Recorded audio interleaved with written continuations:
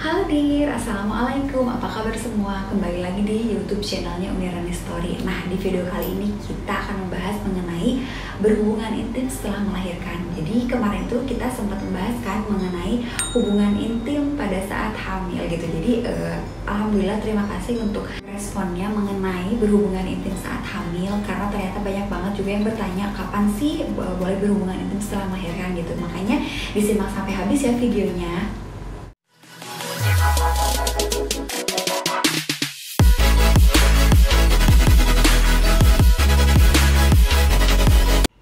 Nah, jadi sebetulnya banyak banget pertanyaan ini dari sebelum saya punya YouTube channel gitu. Jadi sebetulnya salah satu motivasi saya membuat YouTube channel ini adalah untuk menjawab pertanyaan-pertanyaan ibu-ibu, atau mungkin yang belum ditanyakan oleh ibu-ibu sebetulnya sudah terjawab oleh video saya gitu. Jadi ada pertanyaan, kapan sih boleh melakukan hubungan intim setelah melahirkan? Kemudian yang kedua, apa sih yang harus diperhatikan dalam berhubungan intim setelah melahirkan? Kemudian yang ketiga juga, apa ada posisi yang diatur untuk melakukan hubungan intim setelah melahirkan seperti itu. Kemudian juga ada juga pertanyaan, kok gairah seks saya kok turun ya atau menurun ya setelah melahirkan, itu sepertinya itu apa sih penyebabnya seperti itu. Nah, kita bahas satu-satu ya. Nah, jadi sebetulnya pertanyaan seperti ini tuh banyak ditanyakan kepada saya, kapan sih boleh berhubungan intim setelah melahirkan seperti itu ya. Karena kalau misalnya ditanya, ada beberapa pasien yang kan kalau misalnya kunjungan pada saat setelah masa nifas itu ditanya, udah KB belum? Pasti jawabannya belum kok Bu, karena belum istilahnya belum berhubungan gitu sama suami. Nah, sebetulnya itu tidak bagus. Jadi boleh melakukan hubungan intim setelah melahirkan itu adalah setelah selesai masa nifas atau setelah berhentinya darah. Jadi kan masa nifas itu biasanya ada darah nifas yang keluar seperti itu. Nah, itu biasanya kan lamanya sekitar 4 minggu. Nah, jadi masa nifas itu sebetulnya apa sih? Jadi masa nifas itu adalah masa pemulihan pasca melahirkan sampai alat reproduksi wanita itu kembali pulih, termasuk rahim kembali ke bentuk semula, kembali ke bentuk sebelum hamil gitu. Jadi itu biasanya lamanya itu 6-8 minggu atau 40 hari. Nah, jadi mau melahirkan normal, mau melahirkan sesar itu sebetulnya sama saja, karena tapi biasanya pada yang lahiran normal itu biasanya ada trauma ya. Jadi kan biasanya apalagi yang di bawahnya itu dijahit seperti itu. Jadi ada ketakutan, ada rasa trauma. Tapi sebetulnya kalau memang sudah 6 atau 8 minggu atau udah 40 hari udah selesai masa nifas, itu biasanya lukanya juga sudah kering. Kan biasanya kita kontrol kan 1 minggu, kemudian 28 hari dan 40 hari pasca melahirkan itu biasanya kita kan kontrol. Nah, itu juga biasanya kan sama bidannya atau sama dokternya dicek nih luka jahitannya seperti apa. Kalau memang sudah kering, sudah sehat, itu biasanya sudah diperbolehkan gitu. Jadi tidak usah menunggu lama-lama, itu udah 40 hari itu sudah bisa gitu. Kemudian kalau pasca sesar gimana sih? Sebetulnya pasca sesar itu kan di bawah tidak ada luka jahitan. Jadi biasanya itu di perineum kan tidak ada luka jahitan. Jadi itu biasanya untuk traumanya itu tidak. Cuman biasanya kalau untuk yang sesar itu takut ada luka jahitan kan di perut, nah seperti itu. Jadi sebetulnya luka jahitan di perut itu juga meskipun jaringannya belum terlalu kembali seperti normal lagi gitu. Tapi kalau udah 40 hari itu sudah bisa melakukan hubungan, tapi ada beberapa yang harus diperhatikan.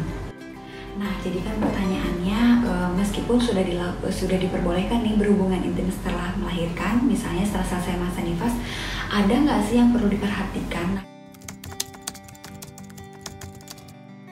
Nah, jadi yang perlu diperhatikan ini adalah mau lahiran normal, lahiran sesar. Kalau yang namanya berhubungan itu kan adalah kompromi ya. Jadi dibicarakan aja gitu dengan suaminya juga bicara dengan istrinya dari hati ke hati seperti itu. Jadi biar lebih nyaman kayak gitu ya. Karena apa? Karena udah selesai melahirkan itu biasanya banyak faktor gitu untuk istri mau lahiran normal, lahiran sesar, biasanya ada rasa trauma, ada rasa ketakutan. Bahkan kalau untuk lahiran normal itu biasanya kan di bawah atau di perineum itu kan ada luka jahitan. Nah, biasanya itu agak takut-takut gitu seperti itu. Nah, untuk lahiran sesar biasanya traumanya di luka robekan di perut gitu, takutnya robekannya robek lagi, atau misalnya jahitannya lepas lagi gitu.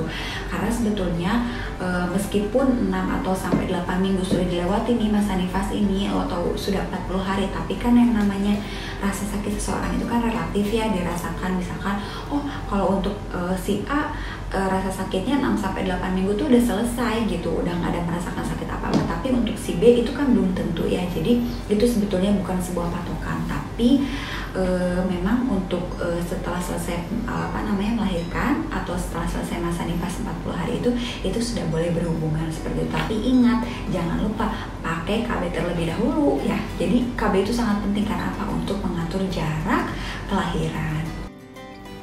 Nah, kemudian kan yang jadi pertanyaan itu, apakah ada posisi tertentu untuk melakukan hubungan intim setelah melahirkan?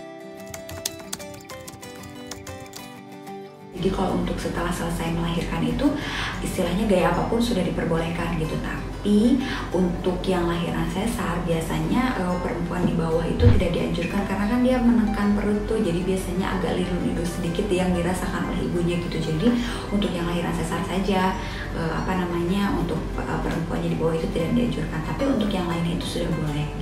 Nah, jadi pertanyaannya, benar nggak sih setelah selesai melahirkan gairah seks itu menjadi turun gitu?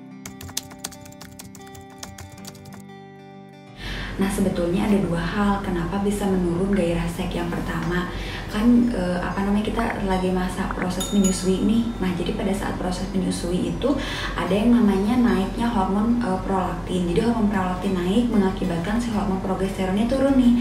Jadi mengakibatkan si vagina si ibunya ini jadi kering gitu. Jadi pada saat berhubungan itu tuh sangat tidak nyaman dan tidak menikmati gitu. Jadi itu sebenarnya salah satu kenapa gairah seksnya menurun atau menjadi gangguan pada si ibu. Faktor yang kedua itu yaitu biasanya kita kan pada masa proses menyusui, kita capek menyusui, kemudian timbulnya lelah, ada banyak pekerjaan yang menumpuk misalnya seperti itu ya yang harus dikerjakan. Jadi biasanya pada saat mau melakukan hubungan intim itu sudah capek duluan gitu, sudah lelah duluan. Jadi itu biasanya mengakibatkan si ibu menjadi salah satu faktor untuk menurunnya gairah seksnya.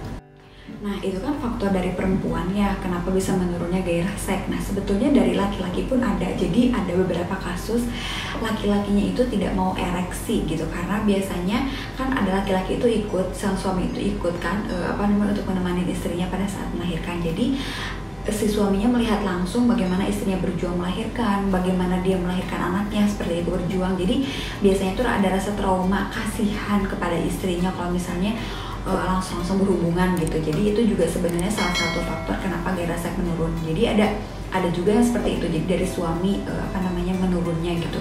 Tapi kan itu di sisi lain yang faktor menurunnya seks saat setelah selesai melahirkan gitu. Tapi ada juga yang setelah selesai melahirkan itu akan aman saja gitu. Misalnya pada ibu yang tidak menyusui karena kan tidak ada naik turunnya hormon seperti itu ya. Jadi nisfinya tetap tidak merasa kering. Kemudian dia juga mungkin ada keluarga yang mendukung. Jadi sebetulnya pekerjaan-pekerjaan yang melelahkan pada saat setelah selesai melahirkan itu ada yang membantu gitu. Jadi ibunya tetap ada motivasi gitu. Jadi biasanya gairah seksnya tetap aman gitu, tetap terjaga, tetap meningkat. Nah, jadi sarannya gimana sih untuk selalu bisa harmonis setelah selesai melahirkan, kemudian berhubungan intim juga bisa dinikmati oleh suami dan istri. Itu kunci utamanya yang pertama adalah harus berkomunikasi gitu. Jadi yang namanya berhubungan intim itu harus kompromi dan berkomunikasi gitu. Jadi kalau misalnya istri ada yang merasa tidak nyaman, disampaikan. Misalnya nih untuk 6 atau 8 minggu atau 40 hari itu si istri masih kurang nyaman dengan berhubungan intim. Nah, itu juga sebetulnya si suami harus paham karena tingkat rasa sakit seseorang itu adalah relatif gitu. Misalnya yang lain kok udah bisa, kalau misalnya ini belum gitu. Jadi itu sebetulnya bukan hal yang harus dikhawatirkan seperti itu.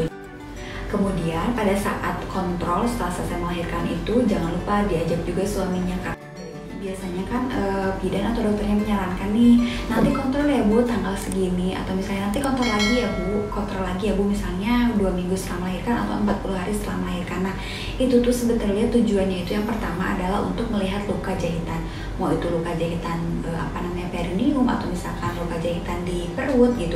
Jadi itu tujuannya. Terus kemudian yang kedua adalah kompromi masalah KB setelah melahirkan. Sebetulnya KB setelah selesai melahirkan itu biasanya kita sudah bahas di kehamilan. Jadi kehamilan ibu nih baru pertama kontrol nih pada saat hamil itu sebetulnya KB juga sudah dikomunikasikan gitu. Nanti sudah selesai melahirkan mau KB apa ya. Jadi pada saat setelah melahirkan 40 hari setelah melahirkan itu setelah selesai masa nifas itu biasanya KB sudah langsung bisa digunakan seperti itu, pilihannya sudah langsung punya gitu. Nah, untuk lebih jelasnya untuk KB pasca melahirkan atau KB yang aman untuk menyusui, nanti kita tonton di video selanjutnya ya. Sekian dulu ya untuk video kali ini. Kalau memang ada yang masih perlu didiskusikan atau misalnya ada yang mau ditanyakan, mungkin ada yang beberapa pertanyaan yang belum terjawab di video kali ini, nah boleh ditulis di kolom komentar. Terima kasih, jangan lupa klik tombol subscribe-nya ya. Sampai jumpa di video selanjutnya. Dadah!